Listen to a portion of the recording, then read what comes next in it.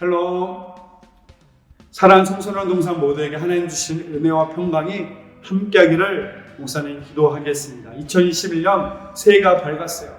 새해 계획하고 소망하는 모든 일들에 하나님의 도우시는 은혜가 함께하기를 기도하겠습니다. 함께 예배하지 못하고 있어요. 우리의 믿음을 더 잘 지켜야 될 텐데 새해 감사 노트를 만들려고 합니다. 하루에 3가지 감사 제목을 적는 거예요. 다음 주 목요일 교회 와서 찾아주세요. 그 배송 지연 때문에 좀 늦어지게 되었습니다. 다음 주 목요일 와서 찾아주시고 묵상하는 청소년 동산 되길 바랍니다. 각반 선생님께 전화로 연락해 주세요.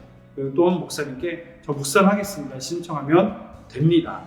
그리고 저번 주에 영상으로 광고했던 것 같이 모든 졸업 예배, 모든 등반 예배는 교회 예배가 다시 재개되는 그 주일에 행하도록 하겠습니다.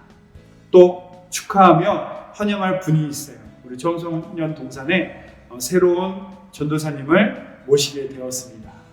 청소년 동산 여러분 반갑습니다.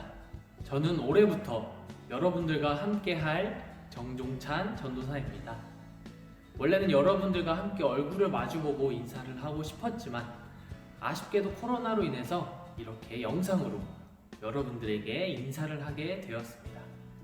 하루라도 빨리 코로나가 종식되어서 여러분들과 함께 마주보고 교회라는 한 공간에서 예배드릴 수 있는 시간이 얼른 찾아왔으면 좋겠습니다. 그럼 다음에 또 만나요. 안녕. 환영합니다. 이 시간 함께 예배하지 못하지만요, 지금 있는 그곳에서, 가정에서, 학교에서 우리의 마음과 정성을 다해 하나님께 예배 드리시겠습니다. 우리 시간 우리 하나님을, 예수님을 찬양하고 경배하길 원합니다. 2021년 새로운 해가 다가왔습니다. 주님, 정말 그 새로운 한 해 가운데에도 주님께서 붙들어 주시고 함께 해주시길 원하는 마음으로 희망의 노래 우리 다 같이 기뻐 찬양하길 원합니다.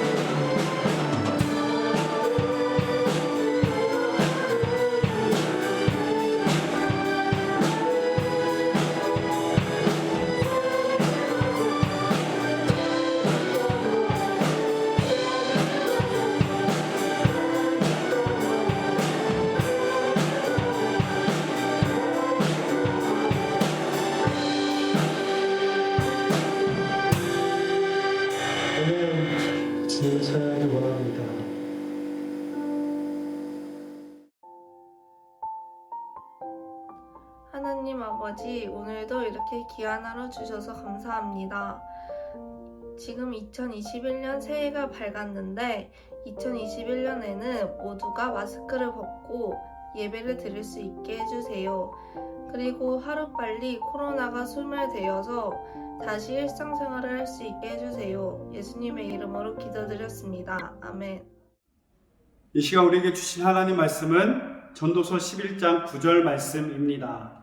청년이여 내 어릴 때를 즐거워하며 내 청년의 날들을 마음에 기뻐하여 마음에 원하는 길들과 내 눈이 보는 대로 행하라. 그러나 하나님이 이 모든 일로 말미암아 너를 심판하실 줄 알라. 아멘. 살아계신 하나님의 말씀입니다.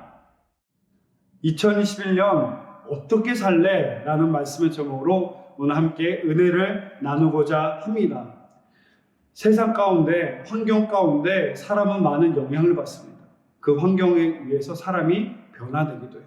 그러나 우리 명심합시다. 그리스도인은 환경에 물론 영향을 받지만 환경과 조건을 뛰어넘어 세상을 변화시키는 사람, 그 사람이 바로 그리스도인입니다.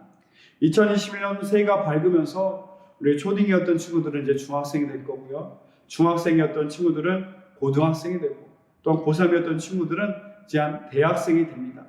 낯선 환경이 이제는 우리에게 닥쳐질 텐데 그 낯선 환경에서 변질되는 사람이 아니라 세상을 변화시키는 변화의 주인공 되기를 소망합니다. 여러분, 2020년도에 떴던 해와 2021년 새해에 떠오른 태양이 다릅니까? 시간이 다릅니까? 동일한 태양입니다. 그러나 그 태양과 시간을 바라보는 우리의 마음과 시선이 다르기 때문에 다르게 느껴지는 것이고 다르게 시작되어지는 것이죠.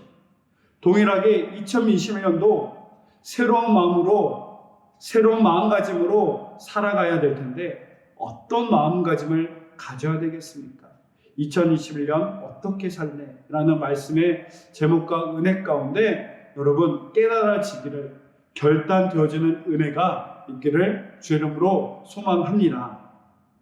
목사님이 10대 시절 여러분의 나이 때 목사님의 마음을 뜨겁게 불태웠던 그 말씀, 그 문장 하나가 있습니다.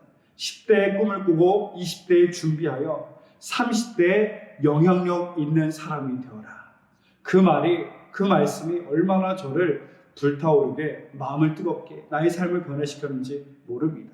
그렇게 뜨겁게 가슴을 찢겼던 소년이 이제는 이렇게 목사가 되어서 제가 여러분을 향하여서 여러분의 마음을 다시 불타오르게 여러분의 꿈과 마음을 다시 깨닫고 자극시키고 도전받기를 원하고요. 정말 하나님의 꿈과 비전을 품은 그런 하나님의 사람들이 여러분이 되기를 목사님 기도하며 힘써야 될 줄로 믿습니다. 꿈이 없는 친구들은 꿈꾸길 바라고요. 꿈이 있는 친구들은 꿈만 꾸는 사람이 아니라 꿈을 이뤄나가는 사람이 되길 바랍니다. 이러한 의미에서 교회는 생명을 주는 공동체입니다. 첫 번째, 죄로 죽을 수밖에 없는 사람들, 그 영혼들이 하나님으로 예수 그리스도로 말미암아 구원함을 얻는 것, 생명을 얻는 것, 그 첫 번째 되는 생명이죠. 두 번째는 삶의 이유와 목적과 꿈이 없이 절망 가운데 살아가는 영혼들이 하나님의 말씀과 하나님의 꿈을 통하여서 비전을 품고 삶의 이유와 목적, 소망을 품게 되는 것, 그런 의미 때문에 교회는 생명을 주는 곳이다. 여러분, 예수 그리스도로 말미암아 구원받기를 원하고요. 구원받은 하나님의 사람답게 이 땅에서의 삶에서도 우리의 분명한 삶의 이유와 목적과 삶의 비전을 가지고 살아가는 청소년 동산 모두가 되기를 주의 이름으로 축복합니다. 어린 시절 10년은 나는 어떤 모습일까? 20년은 내 직업은 뭘까? 내 배우자는 어떤 사람일까? 이런 막연한 상상을 해봤던 적이 있습니다. 중요한 것은 지금 여러분이 무엇에 나의 시간과 에너지를 쓰고 있는가? 그것이 나의 10년 후, 20년 후의 모습을 만들고 있다라는 것을 우리는 염두해야 됩니다. 여러분, 꿈쟁이 하면 떠오르는 성경의 인물 요셉이 있죠. 요셉은 꿈만 꿨던 사람이 아니라 꿈을 꾸고 나서 거친 인생의 광야에서 10년이라는 생활을 보내게 됩니다. 억울하게 이집트의 종으로 팔려가서 험난한 인생의 광야길이 시작되었죠. 또한 다윗, 그냥 양치던 소년, 어느 날 혜성같이 떠올라 골리앗을 때려잡으면서 정말 위대한 스타가 한 번에 된 것이 아니라 골리앗 사건 이후에 그는 도망자 인생을 갔습니다. 사울 왕으로부터 무려 10여 년을 인생의 광야길에서 도망다니고 인생의 광야 가운데 준비되어지는 시간이 있었음을 우리는 압니다. 여러분, 여기서 중요한 사실은 꿈과 비전을 위해서 어떤 대가를 치러야 된다는 것이죠. 여러분, 꿈을 이뤄나간다면 꿈을 이뤄나가기 위해서는 대가를 지불해야 됩니다. 어떻게는 잠을 좀 충분히 못 잘 수도 있어요. 또 준비하기 위해서 외로움과 싸워야 될 수도 있어요. 또 예상치 못한 어려운 건데 살아가야 될 수도 있을 거예요. 여러분, 더 이상 핑계 대지 말고 여러분, 우리의 대가를 열심히 기꺼이 받아들여서 그런 믿음의 주인공이 되었으면 좋겠습니다. 나는 머리가 안 좋아요. 이게 더 이상 우리의 핑계가 아니기를 바랍니다. 우리 집안은 별 볼일 없거든요. 우리 부모님은 부자가 아니거든요. 이런 환경과 조건이 우리의 핑계거리가 아니라 우리의 열심과 열정이 없다는 것이 가장 큰 심각한 문제인 것을 깨달아 우리의 마음의 열정이 열심히 회복되기를 원합니다. 세상에 10대라는 어린 나이에 이미 7, 80대 먹은 어르신처럼 노인이 된 사람이 있고요. 7, 80 먹은 어르신, 노인임에도 불구하고 10대 못지않은 젊은이가 있습니다. 여러분, 젊다, 늙다의 기준은 시간, 기간을 말하는 것이 아니라 마음의 상태를 말하는 것이죠. 나이가 비록 들었지만 아직도 꿈이 있고 열정과 열심이 있다면 그 사람은 영원히 10대, 20대 같은 젊은이로 살아간 것입니다. 나이는 비록 어리지만 어르신 못지않게, 노인 못지않게 삶의 의욕도 없고 아무런 열정도 열심도 없다면 그 사람이야말로 진짜 노인이 되었다는 것을 우리는 두려워해야 합니다. 오늘 말씀 전도서 11장 9절을 다시 읽겠습니다. 청년이여 내 어린 때를 즐거워하며 내 청년의 날들을 마음에 기뻐하여 마음에 원하는 길들과 내 눈이 보는 대로 행하라. 아멘. 오늘 성경은 이전의 성경에서 보지 못한 놀라운 발언을 하고 있습니다. 청년아, 너 아직 어리고 젊으니까 마음껏 즐거워해라. 마음껏 기뻐해라. 이 시간 지금 아니면 언제 탱자탱자 놀 수 있냐? 얼마나 놀기 좋은 시간이냐? 이 젊은 때 마음껏 놀고 마음껏 즐겨라. 너를 위해 살아라. 이렇게 말하는 것 같습니다. 정말 그럴까요? 이 본문의 말씀 후반절에 보면 아주 중요한 말씀을 우리에게 알려줍니다. 그러나 하나님이 이 모든 일들로 말미암아 너를 심판하실 줄 알라. 여러분, 내일이 있음을 기억하라는 거예요. 마지막 때가 있음을, 심판 때가 있음을 말하고 있어요. 이 젊은 시간에 인생에 너무나 소중한 청년, 이 청소년의 시간에 먹고 노는 즐긴 것에서만 세월을 낭비했다가는 하나님의 심판이 있음을, 또한 인생에 뼈아픈 결과가 있음을 우리에게 경고하고 알려주고 있습니다. 우리에게 너무나 익숙한 동화가 있죠. 개미와 배짱이. 날 좋고 따뜻한 봄, 여름, 배짱이는 열심히 놉니다. 노래하고 즐기고 인생을 행복하게 살아갑니다. 그와 반대로 옆에 지나가던 개미는 인생을 즐길 줄 모르는 바보 같아요. 이 뜨거운 여름, 이 날도 좋은 날, 이렇게 놀기 좋은 날 열심히 일을 해요. 열심히 땀 흘리고 열심히 수고해요. 그 당시에는 개미가 바보 같은 줄 알았지만 결국에는 겨울이 찾아옵니다. 먹을 것이 없고 추운 겨울이 오는 그날 결국 배짱이는 추위와 굶주림 속에 고통스러워하고요. 개미는 따뜻하고 풍성한 겨울을 보내게 되었습니다. 바로 이 이야기와 같습니다. 이 좋은 시기, 이 젊은 때 10대, 20대 하면 언제 놀아? 마음껏 놀 수 있어요. 그러나 그렇게만 한다면 언젠가는 겨울이 찾아옵니다. 언젠가는 우리에게 하나님의 심판이 임하는 인생의 뼈아픈 결과를 맞이하게 될 수 있다. 여러분, 여러분이 오늘 어떻게 사느냐에 따라 여러분의 인생이 결정됩니다. 2021년 어떻게 살아야겠습니까? 그냥 어제와 별 다름없이, 작년과 별 다름없이 그냥 그런 대로, 그냥 그럭저럭 별로 삶의 의욕과 열정과 열심 없이, 땀 흘려 없이 살아가는 친구가 없기를 바랍니다. 오늘 전도서 11장 9절 말씀을 여러분 쉽게 번역을 해보면 이렇게도 이해할 수 있어요. 남들처럼 놀 거 다 놀고 잘 거 다 자고 맨날 놀면서 세월아 살면 5년 후 10년 후 뭐가 될래? 여러분, 오늘 해야 할 일들을 미루지 않기를 바라요. 당장의 즐거움만을 쫓아가는 사람이 되는 것이 아니라 더 큰 미래를 위해 준비해 나가는 우리 믿음의 주인공 되시기를 주의 이름으로 축복합니다. 세상은 계속해서 우리를 흔듭니다. 우리를 유혹합니다. 세상에 즐길 게 얼마나 많은데, 세상에 얼마나 즐거운 것들이 많은데 마음껏 놀아, 마음껏 즐겨. 오늘만 있는 것처럼 살아. 내 인생의 주인공은 너니까 그렇게 살아. 그렇지 않습니다. 우리는 우리의 인생이 누구 거죠? 하나님 것임을 고백하며 살아갑니다.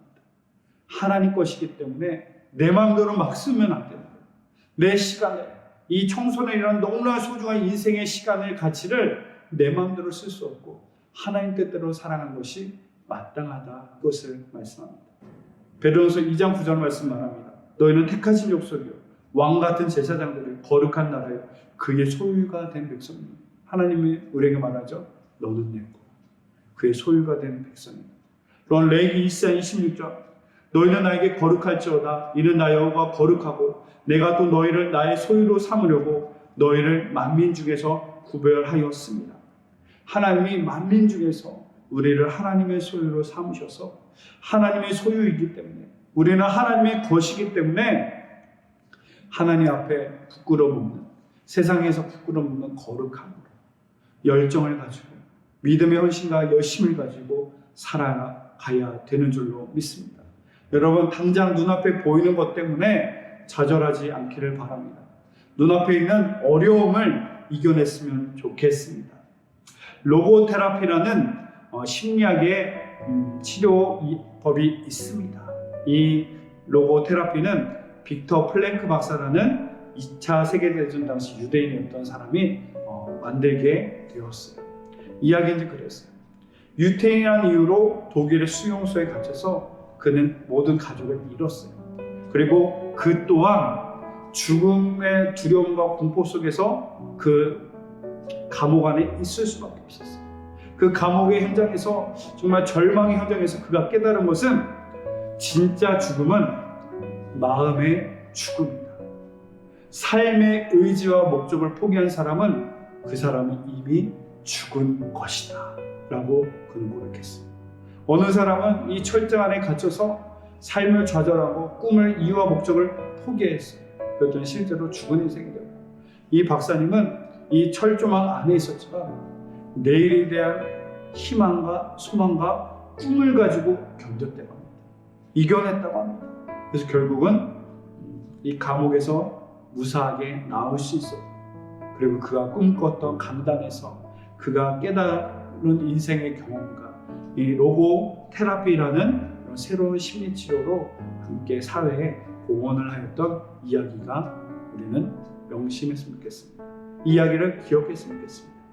환경과 조건, 물론 우리는 그 안에서 영향을 받습니다. 그러나 그리스도인은 그 환경과 조건을 뛰어넘는 사람이 되어야 합니다. 남들에게는 넘어지는 걸림돌이 되는 그 걸림돌이, 남들은 그 걸림돌을 넘어져서 좌절하고 넘어질 수 있지만 우리 예수를 믿는 우리 그리스도인은 남들에게 걸림돌이 되는 그 걸림돌이 우리의 디딤돌이 되어서 다시 멀리, 더 높이 뛰어넘을 수 있는 디딤돌로 여기시고 이겨낼 수 있는 저와 여러분 모두가 되기를 소망합니다. 내일이 있음을 기억해야 돼요. 여러분, 성경으로 말하죠. 청년을 마음껏 놀아. 네 맘대로 하고 싶어. 근데 하나님의 심판이 있어. 내일이 있으면 기억하라는 거예요. 하나님의 때가 있으면 기억하라는 거예요. 그리고 내 인생의 내 주인 아닙니다. 내 육체와 내 시간의 주인 하나님의 것입니다. 그렇기 때문에 우리의 시간, 우리의 인생을 하나님을 영광을 위해서 하나님의 뜻을 이뤄나가기 위해서 열정을 다해 열심히 살아가야 되는 줄 믿습니다.